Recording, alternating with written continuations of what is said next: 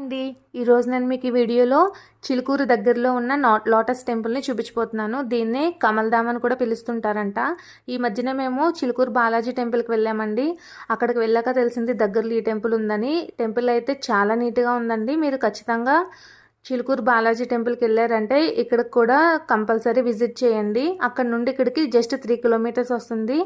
మనం వెళ్ళడానికి కూడా అన్నీ అవైలబుల్గా ఉంటాయండి, ఆటోస్ అన్నీ కూడా.